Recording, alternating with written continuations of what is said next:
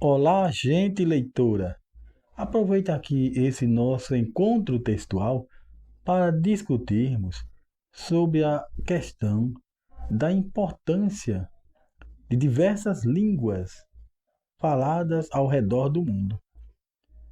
Tratamos de uma maneira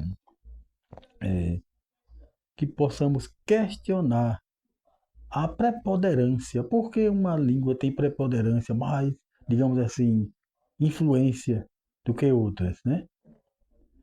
Vamos relatar, né, como isso ocorreu e como ainda ocorre nos dias atuais.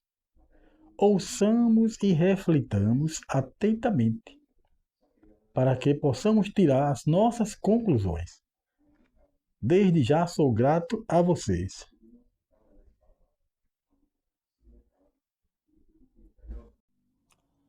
Será que existe uma hierarquia, ou seja, uma supremacia de uma língua sobre outra? Isso é um fator gerador de polêmicas. Mas vamos buscar nos fatos históricos ou gramaticais para fomentar a discussão sobre esse tema. É sabido que, mesmo dentro de um país, há uma infinidade de variações do idioma falado. Os fatores culturais, sociais, regionalistas e históricos contribuem para estas ocorrências. No Brasil, podemos encontrar estas situações também. A linguagem popular dos grupos mais jovens, como o uso de gírias, abreviações das palavras, principalmente nas redes sociais. As palavras e o modo de pronunciar dos mais idosos acrescente também mais essa diferença. A questão dos sotaques diversos, como por exemplo, a diferença entre este elemento linguístico nas regiões Nordeste e Sudeste. Diferença marcante no sotaque do carioca em relação a um sergipano, por exemplo. E para ficar mais claro, principalmente em um passado até recente, o sotaque, digamos, carioca ou paulista era um sinônimo assim, de prestígio ao portador, né? Existindo casos, né, até que uma pessoa, digamos, do Nordeste, ao passar certo tempo ali numa cidade como o Rio de Janeiro ou a capital paulista, lá pelos anos 1980, ainda pude observar essas situações, né? E quando uma pessoa do Nordeste ia morar por lá, passava um tempo, né? E quando ele retornava, a gente observava que ele tinha adquirido aquele sotaque lá da região Sudeste, né?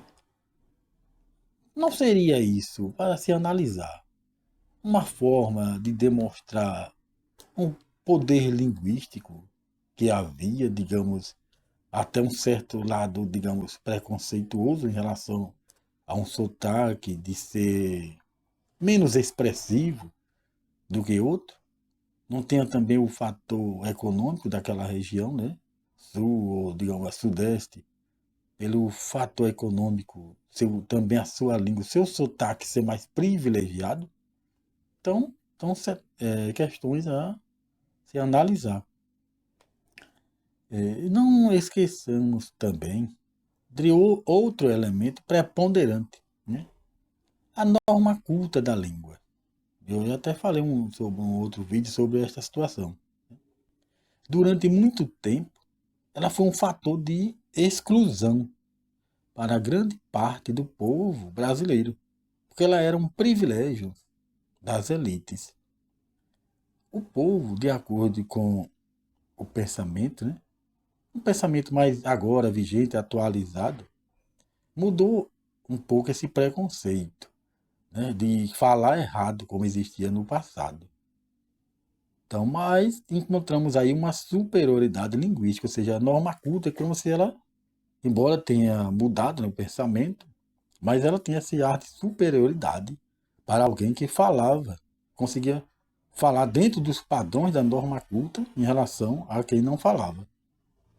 Então essas ideias, no entanto, né, elas foram aos poucos sendo abolidas com o advento de estudiosos que começaram a tratar esse fenômeno de frente.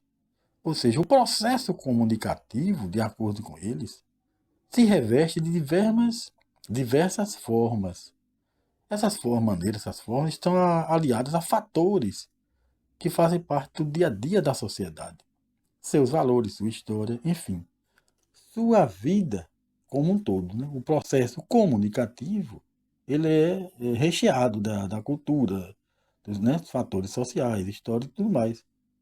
Então, o pensamento linguista mais moderno ele foi tirando essa ideia, né, da norma culta, da supremacia, colocando a norma culta no devido lugar dela, do mundo do trabalho, no mundo da escrita, né, no mundo acadêmico, no, mas não desvalorizando o processo comunicativo da, da língua falada de maneira do dia a dia, popular, a linguagem oral.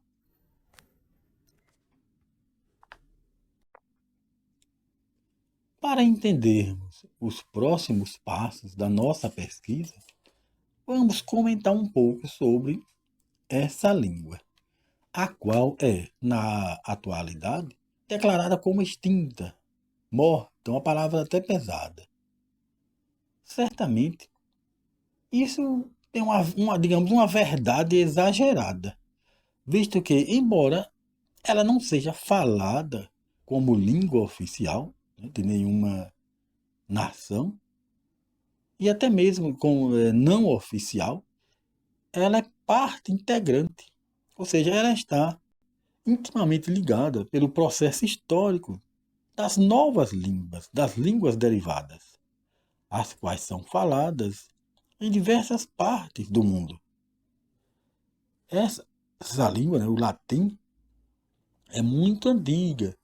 Ela é de sua origem indo-europeia, o que quer dizer é descendente de povos originários da Europa e da Ásia. No entanto, foi do ramo itálico, lá da Itália, na região romana, foi sendo amplamente difundida. Né? Então, os ritos também lá da Igreja Católica utilizavam bastante desse instrumento linguístico nas suas reuniões. O mundo acadêmico e filosófico também da Europa medieval se apossou também do latinismo. A ideia de superioridade de uma língua sobre outra é tão antiga que, com a expansão do Império Romano, o latim ele foi incorporando nos povos conquistados a língua latina também. Mas nas classes populares, ela se desenvolveu de maneira diferente da norma culta do latim, sendo então chamada de latim vulgar, originando as chamadas línguas neolatinas, ou seja, novas línguas latinas, tais como a nossa língua portuguesa, a língua espanhola, o italiano e o francês. Partindo desse princípio originário, formamos uma opinião de que a língua latina ela jamais morrerá, porque ela está contida, né, em muitas outras no processo de formação. Então, desde o surgimento até os dias atuais. Claro que, como dissemos, ela não é mais falada em sua plenitude, como no passado. Apenas ela é parte da composição de várias línguas da atualidade, né? Que vem há séculos, né? Até os dias atuais.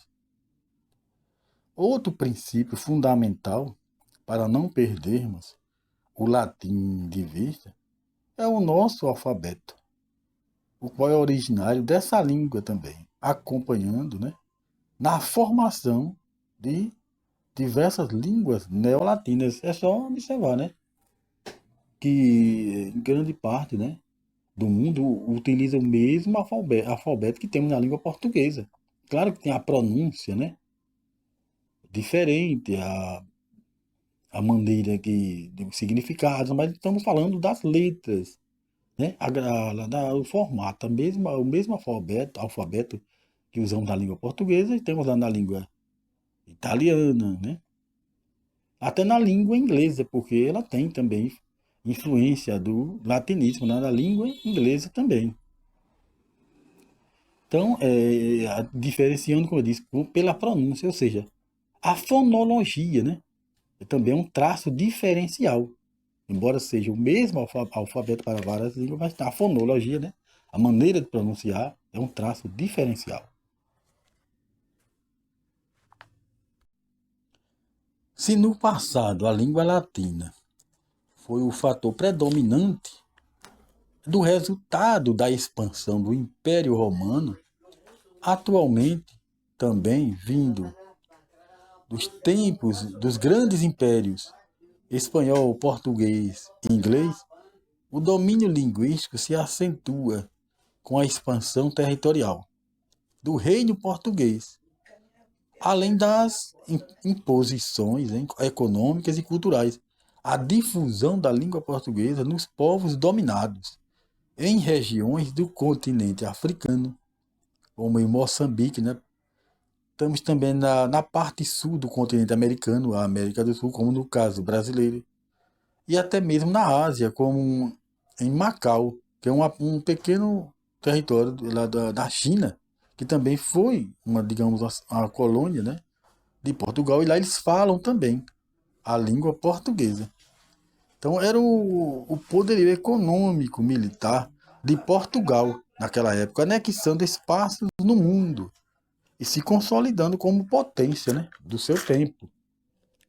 Já o Império Espanhol, nas suas conquistas, né, também aqui na América do Sul, ele promoveu a expansão, a consolidação da língua espanhola em diversas nações, como a Argentina, Uruguai e Paraguai, né, como exemplos.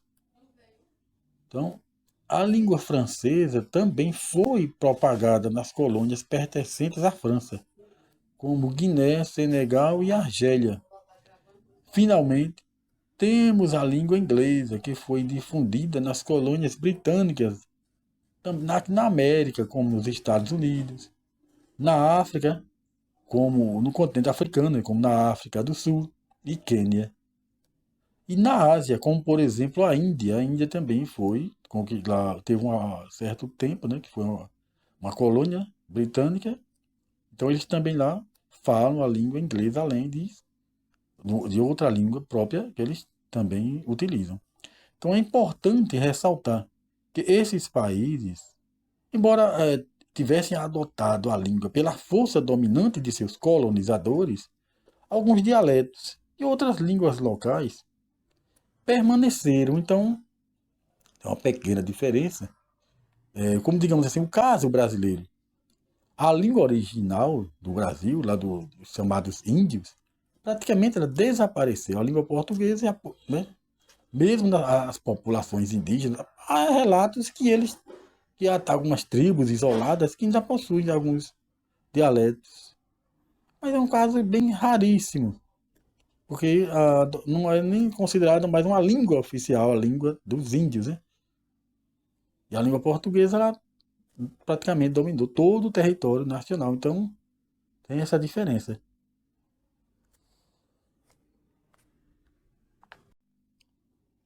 Após a Segunda Guerra Mundial, os Estados Unidos expandiram ainda mais seu avanço econômico, militar e cultural no mundo ocidental. Mas também sua influência adentrou no Oriente. Né? Por quê? Vamos explicar. Que realmente o domínio mais foi no mundo ocidental, no caso aqui a América, né? Mas pode observar que a língua inglesa ela é considerada uma língua universal. Já veio lá da expansão da Inglaterra, né? Aquele processo histórico. Mas após a Segunda Guerra Mundial aumentou consideravelmente, né?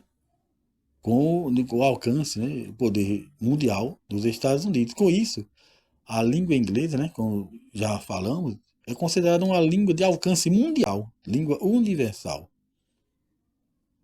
Então, tudo isso, é claro que demorou séculos para que se concretizasse. Não é algo de momento. Acredita-se que no futuro, né, com o crescimento da China, principalmente no fator comercial, né, é, pode ter uma reversão, mas digamos que seja difícil. É um tanto quanto, minha opinião própria, um tanto quanto impossível, porque eles têm um alfabeto diferente do nosso. A articulação, que é a articulação, o ponto de articulação que utiliza no caso da boca, a língua, né? Tem, digamos, traços da fonologia que é difícil para que, digamos, nós brasileiros pudéssemos pronunciar o mandarim. Não estou dizendo que é impossível. Então, isso aí pode demandar muito tempo e muito esforço para que a língua chinesa alcance o mesmo que a língua inglesa, né? Ainda tem, digamos assim, o lado da cultura chinesa ser mais fechada, o modo de viver, né? Também é muito diferente, o alfabeto, né? Diferente. Então, digamos, podemos concluir que esse processo pode não ser assim tão possível, digamos, nem a curto nem médio prazo. Pode ser até um futuro considerado até longínquo para haver uma reversão do fator da língua inglesa, porque ela é alcance mundial, onde populações da Ásia, populações da América, digamos, da Europa, conseguem se comunicar e a língua inglesa é o fator comunicativo principal para a comunicação global. Diante destas palavras, dos nossos comentários analíticos, podemos tirar algumas conclusões. Toda e qualquer língua tem sua importância para seus falantes, porque faz parte do processo comunicativo, o qual envolve diversas manifestações culturais e sociais dos seus participantes. Não é a língua de uma nação que é potencialmente superior a qualquer outra em qualquer parte do mundo. O que a faz tornar-se mais influente é a capacidade de domínio de determinada nação sobre outra, e é ocasionada por fatores externos, como o poder econômico, militar e a influência nas decisões mundiais que determinada nação possui em relação a outras que não possuem esse poder. Já em relação à norma culta, né, ela é importante para padronizar uma determinada língua de uma nação, no caso a língua portuguesa, temos a nossa gramática normativa. Então, a norma culta é para isso, para colocar um padrão que é utilizado em diversos contextos, do mundo do trabalho, dos negócios, o mundo da escrita, né? Então, mas a linguagem coloquial, a falada do dia a dia, ela não deve ser tratada como um fator discriminatório, porque ela é parte integrante da comunicação do nosso povo.